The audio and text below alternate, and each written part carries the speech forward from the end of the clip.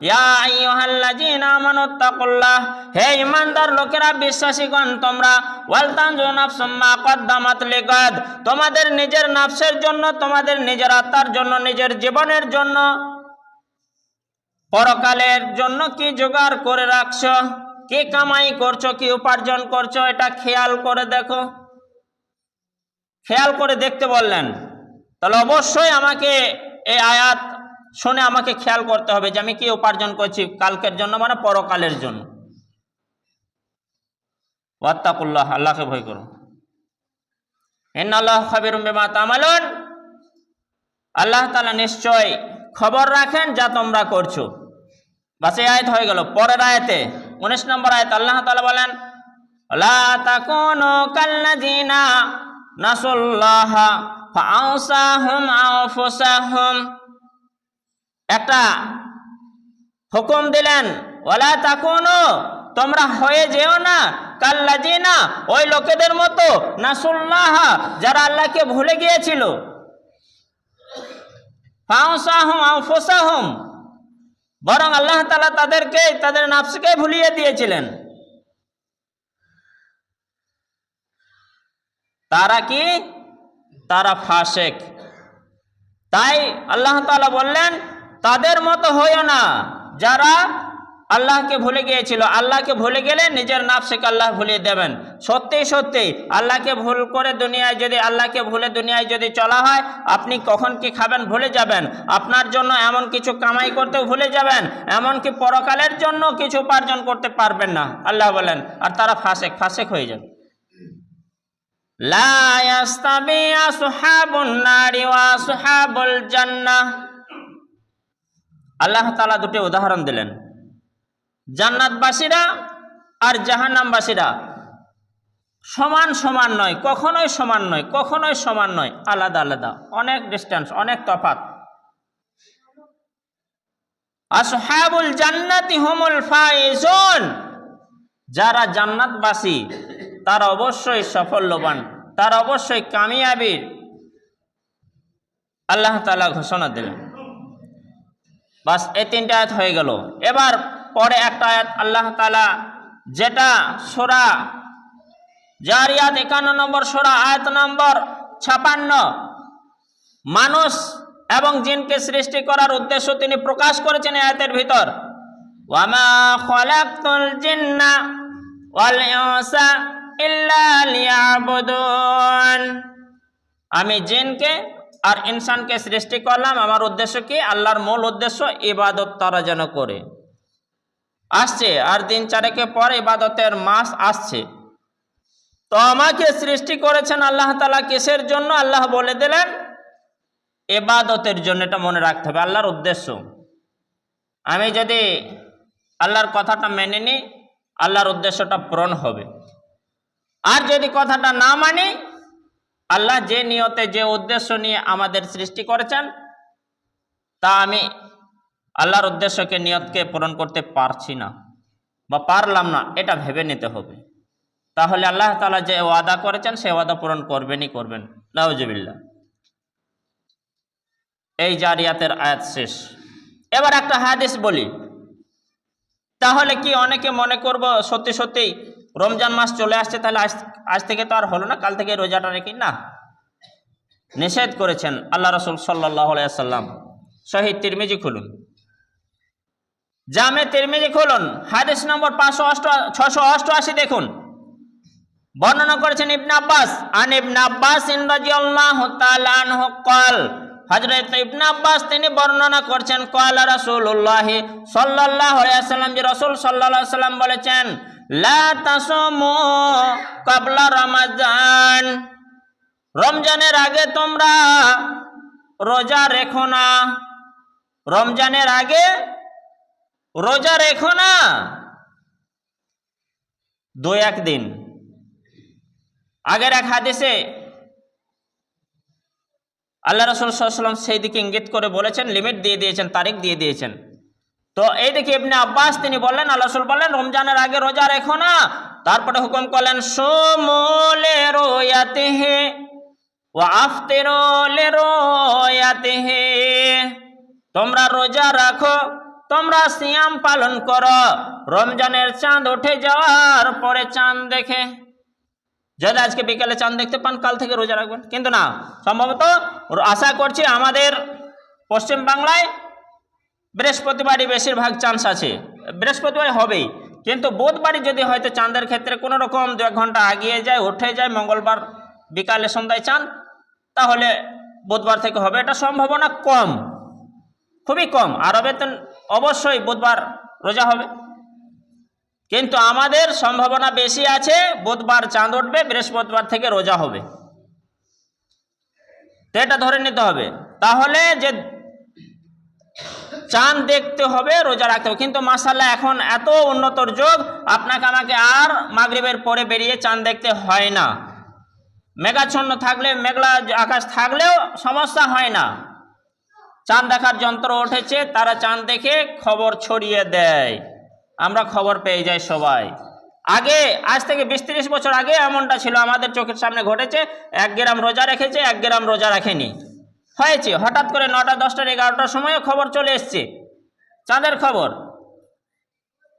যাই হোক, আগে সমস্যাগুলি আর এখন নেই মাশাআল্লাহ, একসঙ্গে আমরা সবাই রোজা রাখি, সবাই রোজা ছাড়ি। তো আল্লাহ রাসূল সাল্লাল্লাহু আলাইহি ওয়াসাল্লাম যে কথা বললেন, সুমু, তোমরা রোজা রাখো, সিয়াম পালন করো, লে রুয়াতিহি, চাঁদ ওঠার পরের দিন, চাঁদ ওঠার পর, এবং রোজা ছাড়বে, তথা ওয়াফতিরু, রোজা ছেড়ে দেবে, লে রুয়াতিহি, শাওয়ালের চাঁদ ওঠার পর, ঈদুল ফিতরের চাঁদ ওঠার পর ঈদ পালন করবে। এইবার ইবনে মাসউদ তিনি বলছেন পরের হাদিস, আন ইবনে মাসউদ রাদিয়াল্লাহু তাআলা আনহু قال মা সুমতু মান নবী সাল্লাল্লাহু আলাইহি ওয়াসাল্লাম, আমি রাসূলুল্লাহ সাল্লাল্লাহু আলাইহি ওয়াসাল্লামের সঙ্গে রোজা রেখেছিলাম 29, 29 বলা হয় 9, 20 বলা হয় 20, তাহলে 9 আর 20, 20 আর 9, 29। তো রাসূলুল্লাহ সাল্লাল্লাহু আলাইহি ওয়াসাল্লামের সঙ্গে আমরা রোজা রেখেছিলাম 29, আকসারু, এবং বেশি সংখ্যক 30, তাহলে 30 যা রোজা রেখেছিলাম, আরবির এটা গ্রামার, আকসারুর পরে যেটা আছে তার আগেটা অগ্রাধিকার পায়। তাহলে রাসূলুল্লাহ সাল্লাল্লাহু আলাইহি ওয়াসাল্লামের সঙ্গে আমরা রোজা রেখেছিলাম 30 রোজা হয়েছে, এবং তার আগে আমরা বেশি সংখ্যক রোজা রেখেছিলাম 29। হয়তো 1-2 বছর 30 হয়েছে, কিন্তু বেশিরভাগই সময় 29 হয়েছে। এটা একটা হিসাব দিয়ে দিলেন। ইবনে মাসউদ বললেন, জামে তিরমিজি হাদিস নম্বর 689। এবার আর একটা হাদিসে আসুন, 685 নম্বর হাদিস বর্ণনা করেছেন, সর্বাধিক হাদিস বর্ণনা করে হযরত আবু হুরায়রা। যদি বৃহস্পতিবার রোজা হয়, ধরে নিচ্ছি, তাহলে আপনার জন্য আমার জন্য কি সিগন্যাল দিলেন দেখেন। আন আবি হুরায়রা রাদিয়াল্লাহু তাআলা আনহু قال قال رسول الله صلى الله عليه وسلم لا تقدموا قبل رمضان লা তাকাদ্দামু ক্বাবলা রমাজান বিসিয়ামিন, তোমরা ওই রমজানের আগে বিয়াউমিন মানে একদিন, আও ইয়াউমাইনে 2 দিন, রমজানের একদিন বা 2 দিন আগে তোমরা রোজা রাখবে না, রাখবে না, রাখবে না, পরিষ্কার নিষেধ করে দিলেন। এবার পরে বললেন, ইল্লা আইয়াকুনা রাজুলু, যদি ওই মানুষ চায় যে কন্টিনিউ রোজা করে আসে, ফালিয়াসুমহু, সে রাখতে পারে, সে চাইলে রাখতে পারে। কে? যে কন্টিনিউ মাসে মাসে রোজা করে আসে, মাসে মাসে 3টি করে রোজা করে আসে, নফল কন্টিনিউ রোজা করে আসে, তো সে যদি চায় তো ওই রকম রোজা 2-1 দিন আগে রোজাটা তার জন্য ছাড় রাখতে পারে, রাখলে রাখতে পারে।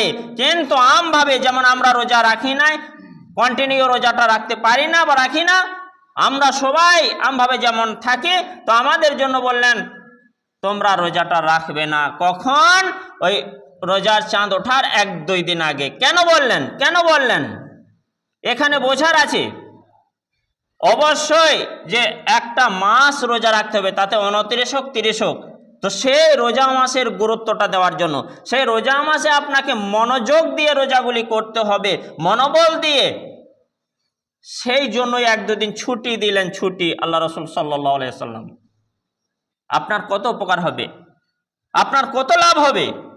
1-2 দিন রোজা রাখেন না, তো এখন মাশাআল্লাহ আমরা এখন থেকেও রাখি না, খেয়ে যায় মঙ্গলবার পর্যন্ত বা চাঁদ না উঠলে বুধবার পর্যন্ত আনলিমিটেড খেয়ে যায়। বৃহস্পতিবার থেকে কিন্তু ভোরের আজানের পর থেকে নিয়ে মাগরিব আজানের পর্যন্ত আমরা কিচ্ছু খাবো না 29 বা 30টি দিন। এটা নিয়ত করতে হবে প্রত্যেকেই। আল্লাহ তাআলা বললেন তোমরা খেয়াল করো ওয়াল তানজুর, কালকের জন্য। আমরা তো চৈত্র মাসের জন্য খেয়াল করি না। মাশাআল্লাহ সবাই আমরা চাষি মানুষ, যে যেমন পারছি অল্প স্বল্প বেশি সংখ্যক ধান লাগাই, চাষি মানুষ। তো চাষের সঙ্গে তুলনা করে আল্লাহ তাআলা বলেন আর দুনিয়া মাজরাতুল আখিরা, এই দুনিয়াটা হচ্ছে আখিরাতের জন্য চাষের মতোই ক্ষেত্রস্বরূপ। তুমি এখন ইবাদত চাষ করলে ফসল পাওয়া যাবে 2 মাস 3 মাস পর, তো এখন ইবাদত করলে মরার পরে ফল পাওয়া যাবে, এ কথা নতুন নয়। 1450 বছর আগে আমার রাসূল সাল্লাল্লাহু আলাইহি ওয়াসাল্লাম বলে গেছেন। তো যে আল্লাহ তাআলা খেয়াল করতে বলেন, খেয়াল করো।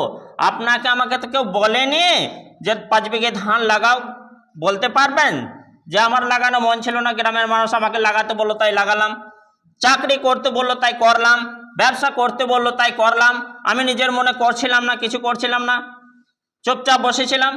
কেউ বলতে পারবে না। আমরা ওইদিকে ইনকামের দিক থেকে সবাই সচেতন, মাশাআল্লাহ ঠিকই আছে। আল্লাহ তাআলা এই সূরা জুমার মধ্যেই বলেছেন ফাইজা কুজিয়াতিস সালাতু ফান্তাশিরু ফিল আরদ, তোমাদের যখন নামাজ পড়া হয়ে যাবে, সালাত কমপ্লিট হয়ে যাবে, বেরিয়ে পড়ো, বেরিয়ে পড়ো, বসে থেকো না। সারাদিন যদি আপনারা নামাজ পড়ে এখানে বসে থাকেন, হয়তো আল্লাহ তাআলার কথাটা শুনলাম না, কিন্তু নামাজ পড়ার পর খাওয়া দাওয়া করার পর বেরিয়ে গেলাম কোথায়? মাঠে ঘাটে কাজকর্মে, বিচন মারতে, ধান পুঁততে, তো আল্লাহ তাআলার কথা শুনলাম, নেকি সব হবে, আমাদের ইনকাম হবে। আর ওই কথাটাই আল্লাহ বলেন ওয়াবতাগু মিন ফাজলিল্লাহ, আল্লাহর ফজিলত থেকে কিছু তোমরা তালাশ করো, রুজি তালাশ করো। যারা নিজের পুঁজি মাশাআল্লাহ নিজের কাজ হচ্ছে, যারা পরের লেগে দিচ্ছে, আমাদের ইনকাম তো আসছে। আর সেই কথাই বললেন। তো কালকের জন্য খেয়াল করতে বললেন। দুনিয়ার আমরা জীবনের জন্য খেয়াল যেমন করছি, ওই পরকালের জন্য খেয়াল করে সামনে রমজান আসছে, আমাকে আপনাকে আগিয়ে আসতে হবে। কিছু মানুষ দেখি বলি আফসোস লাগে, কিছু মানুষ 11 মাস কোনো অসুখ থাকে না, দেখেন 11 মাস ফ্রি, কিন্তু 1 মাস এলে গ্যাস হয়ে যায়, তারপরে শরীরের অন্যান্য অসুখ হয়ে যায়। ওটা আল্লাহর তরফ থেকে হয়তো হলে পরীক্ষা হবে, বা আংশিক কম মানুষ আছে এরকম বলে, কিন্তু বেশি সংখ্যক মানুষ বাহানা করে কিসের জন্য? রোজাটা না রাখার ভয়ে ছলনা করে বলে যে গ্যাস অম্বল পারছি না, এমুক তেমুক যায়। কিন্তু না, রোজা রাখতে আমাকে অসুবিধা লাগবে না, অবশ্যই আমি রাখবো, আমি মুসলিম। আর বাহানা করব না। বাহানা কারা করেছিল বলি? বাহানা কারা করেছিল? সূরা বাকারা 2 নম্বর সূরা 2 নম্বর রুকুতে আল্লাহ তাআলা বলেছেন সেই কথাগুলি। সেই বাহানার মতো আমরা করব না। যেহেতু আমরা মুসলিম, আমরা মসজিদে আসি, আমরা নামাজ আদায় করি, আমরা অন্যান্য ভালো কাজগুলি করি, আমাদের দাফন মুসলিমদের কবরেই হয়, তো আমরা কেন বাহানা করব? যারা বাহানা করেছিল তারা ঠকে গিয়েছে, তাদের দৃষ্টান্ত আল্লাহ তাআলা দিয়েছেন কোরআনুল কারিমে, ওয়া মিনান নাসি মাইয়াকুলু আমান্না বিল্লাহ। কিছু মানুষের মধ্য থেকে আল্লাহ রাসূল সাল্লাল্লাহু আলাইহি ওয়াসাল্লামকে বলেছিল কে? আমান্না বিল্লাহ, আমরা আল্লাহর উপর ঈমান আনছি বা এনেছি। ওয়া বিল ইয়াউমিল আখির, আর মরার পরে আমাদের ঈমান এনেছি। মরার পরে যা যা হবে ঘটবে, যা যা পাওয়া যায় মরার পরে, সেগুলির উপরে ঈমান এনেছি। তো আল্লাহ তাআলা কি বললেন? তারা মিথ্যা করে বলেছিল, তারা চালাকি করেছিল, একটা কৌশল করেছিল। আল্লাহ তাআলা কি বলেন? ওয়ামা হুম বিমুমিনিন, হে নবী গো, তোমাকে ওরা মিথ্যা বলছে, তোমাকে ধোঁকা দিচ্ছে, তারা মুমিন নয়, তারা মুমিন নয়। ইউখাদিউনাল্লাহা ওয়াল্লাযিনা আমানু, তারা মনে করতো দেখ কেমন দিলাম, টুপি পরিন দিলাম ভালো মানুষকে, নবীকে, সাহাবীদেরকে, আল্লাহকে ধোঁকা দিয়ে দিলাম, আর যারা ভালো মানুষ ইমানদার মানুষ তাদেরকে ধোঁকা দিয়ে দিলাম। দেখেন একটা কথা বলি, যেমন আমি আপনাদের ইমাম, গোটা গ্রামের মানুষ সবাই যদি মাশাআল্লাহ রোজা করেন, সেখানে আপনার রোজা ধরুন কি আমার কোনো লাভ হবে? উপকার হবে না, আপনার লাভ হবে। এবার হ্যাঁ, একটা জিনিস আপনাকে বলতে বলছি, আপনি কোরআন হাদিসের কথা শুনে রাখছেন, সেই ওসিলাতে কিছু আল্লাহ নেকি সব দেন তো দেবেন, কিন্তু আপনি রোজা রাখবেন, নেকিটা আপনি পাবেন, যার কারণে আমার তো কোনো লাভ নেই, আপনার আমল নামায় জমা হবে। পক্ষান্তর উল্টো দিকে যদি গ্রামের মানুষ, যদি ইমাম সাহেব একাই রোজা রাখে না রাখে, তো আমার কোনো ক্ষতি হবে নাকি? ক্ষতি হবে না। আমি তো কোরআন হাদিসের কথা বলছি, নেকি আপনার হবে না, আমল নামায় জমা হবে না।